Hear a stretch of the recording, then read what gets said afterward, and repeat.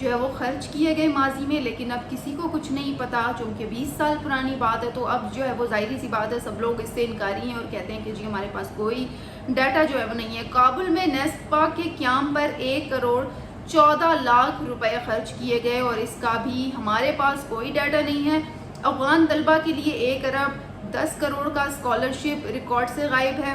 جبکہ موفا نے بتایا کہ ہمارے پاس ریکارڈ نہیں، اور ہونڈا اٹلس آج بھی 1 کروڑ کی گاڑیاں بیچ رہی ہیں، اور جو ماضی میں جو اس حوالے سے جو بھی ریکارڈ تھا وہ بھی غائب ہے۔ یعنی کہ اے پی سی میں بہت بڑا انکشاف کیا گیا، اور اتنا بڑا انکشاف یعنی کہ آپ اس کو کوئی مذاق میں نہیں لے سکتے، نہ کوئی جو ہے وہ اس وقت یہ کوئی معمولی بات ہے، کیونکہ جہاں ہم لوگ بات کر رہے ہیں کہ جی افغان مہاجرین کو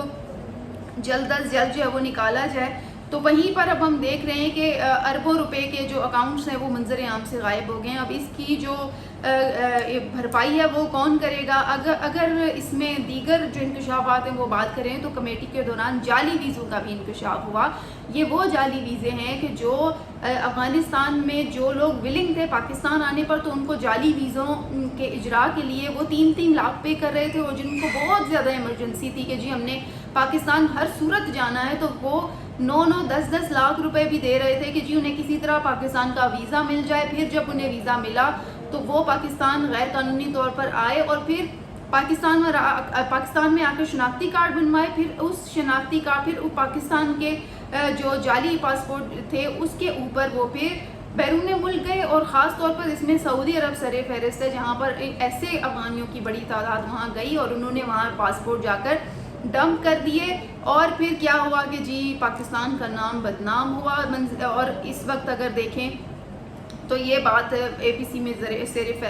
فہرست جو ہے وہ لائی گئی کہ جی کس طرح سے یہ تمام چیزیں کی گئی ہیں۔ اس کے علاوہ غیر قانونی ایسے ہزاروں تعداد کے میں افراد ہیں، افغان ہیں، جنہوں نے غیر قانونی طور پر شناختی کارڈ تو بنوائے، لیکن اس کے ساتھ ساتھ جو ویزے تھے وہ بھی غیر قانونی طور پر ان کے حاصل تھے، یعنی بیک گراؤنڈ سے ہی وہ غیر قانونی طور پر آئے تھے، اور جب باہر وہ گئے ہیں اور پاکستان کا جو پاسپورٹ انہوں نے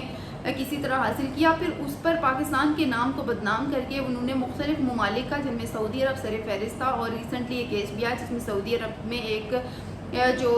فرد تھا اس کو پھانسی بھی دے دی گئی۔ تو اس حوالے سے جی یہ وہاں پر جاتے تھے اور پاسپورٹ جو ہے وہ ڈمپ کر دیتے تھے، اور تمام تر تفصیلات ہٹا کے، تمام تر ثبوت مٹا کے وہاں پہ غیر قانونی طور پر رہائش پذیر ہوتے تھے اور پھر اپنا گزر بسر کرنے لگے۔ لیکن جب پکڑے گئے تو پھر بات منظر عام پر آئی، ظاہر ہے جب دستاویزات برآمد ہوئی تو پھر نام پاکستان کا بدنام ہوتا ہے۔ تو جی ایسے افغان مہاجرین ضرور رہے ہیں، لیکن اس وقت اب اے پی سی کے اجلاس میں جو اربوں روپے کی جو ریکارڈ تھے اس کے غائب ہونے کا جو انکشاف ہے، یقیناً ایک یہ سوالیہ نشان تو ہے اور لمحہ فکریہ بھی ہے۔ اب اس سوال کا جواب کون دے گا؟ کسی کو جو ہے وہ ظاہری سی بات ہے دینا ہی پڑے گا، اور جو 3 ہفتوں کے بعد جو طلب کیا گیا ہے حکام کو، اب دیکھتا یہ ہے کہ 3 ہفتوں کے بعد کیا واقعی دوبارہ سے یہ اجلاس میں یہ بات زیر بحث آتی ہے، یا پھر کمیٹی نے ایک مرتبہ کہہ دیا اور آئندہ اس حوالے سے پوچھ گچھ ہی نہیں کرتی۔ یہ کہنا قبل از وقت ہوگا، اللہ کرے کہ کمیٹی یاد رکھے کہ انہوں نے 3 ہفتوں بعد جی کسی کو طلب کیا ہے، اور جو 20 سال پرانے اربوں روپے کے ریکارڈ تھے افغان پناہ گزینوں کے لیے جو ریلیف پیکج تھے اس حوالے سے جو ریکارڈ تھا، اللہ کرے کہ اس حوالے سے پوچھ گچھ دوبارہ 3 ہفتوں کے بعد شروع کریں، ورنہ مجھے تو یہی لگ رہا ہے کہ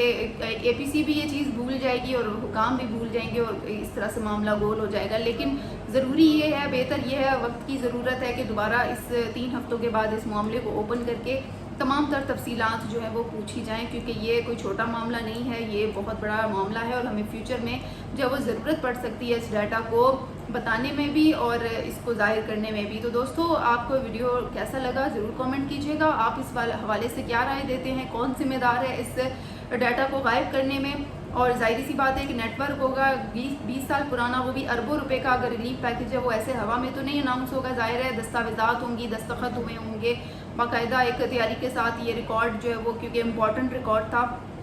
اس سے کس طرح محفوظ نہیں بنایا گیا۔ اس حوالے سے آپ اپنی رائے ضرور دیجیے گا کہ کون ذمہ دار ہے، اور اب کس کو جو ہے وہ اس میں سوال دینا چاہیے، کون اس کے لیے جواب دہ ہے۔ تو دوستو اپنی اپنی رائے ضرور